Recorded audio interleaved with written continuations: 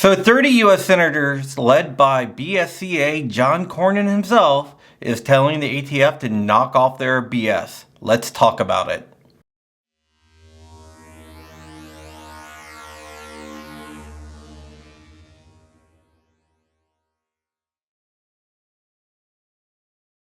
Hey Wolverines, it's John Crump here. Today we're going to be talking about a new letter sent to acting ATF head Marvin Richardson by 30 U.S. senators.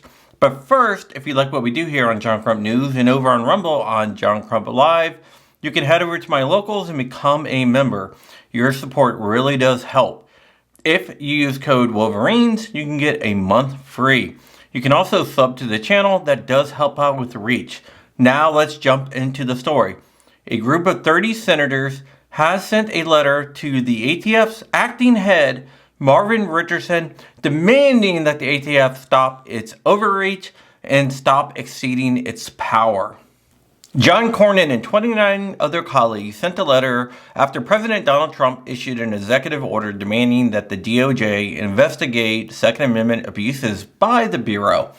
Mr. Cornyn has been heavily criticized in the past, including by me and other gun owners, for teaming up with Democrats to pass the Bipartisan Safer Communities Act, which was 100% a gun control bill. Many wonder if he's trying to buy goodwill with the gun community or he actually is concerned about ATF overreach. The letter reads, under former President Joe Biden, ATF adopted numerous policies and rules that infringe on Americans' Second Amendment protections. President Trump's executive order directs Attorney General Pam Bondi to review and develop a plan of action regarding President Biden's unlawful firearms regulations. We ask that you work with the Attorney General to quickly identify and rescind these policies. In particular, we call your action to the following anti-Second Amendment regulations and policies which must be immediately rescinded. The first rule that the senators want reversed is the engaged in the business rule. Under the Biden administration, the ATF issued a rule that almost all firearms transfers required an FFL.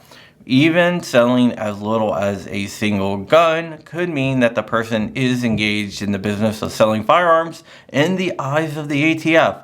Many in the gun community call this rule a thinly veiled attempt at backdoor universal background checks. UBCs was one of President Biden's goals, but he was unsuccessful due to resistance in Congress. He used the rulemaking process to accomplish his goals. Currently, there is a preliminary injunction against this rule. The second rule under the congressional microscope is the pistol brace rule. The ATF used the rulemaking process to classify pistols equipped with stabilizing devices as SBRs. Gun owners would have to register their pistol with the ATF's National Firearms Act Division and pay a $200 tax stamp. The rule reversed years of ATF opinions and affected millions of Americans. An injunction is currently blocking the enforcement of this rule. The third rule is called the ghost gun rule. Cornyn's words, not mine. This rule reclassified what is considered a firearm and regulated certain gun parts, such as unfinished frames, as firearms requiring a serial number to be sold. This move was meant to kill off the privately made firearms community, but it failed. With advancements in 3D printing, the homemade firearms community has survived and is currently thriving. The rule has been blocked by the circuit court level, although the United States Supreme Court has placed an administrative stay on the circuit court's ruling. SCOTUS has heard oral arguments in Vanderstock v. Garland, and the community is awaiting their opinion on the matter. The senators also asked the ATF to rescind its zero-tolerance policy. The ATF has used the policy to shut down FFLs nationwide for violations such as a clerical error. One IOI purportedly said that he loves shutting down gun shops on his social media account.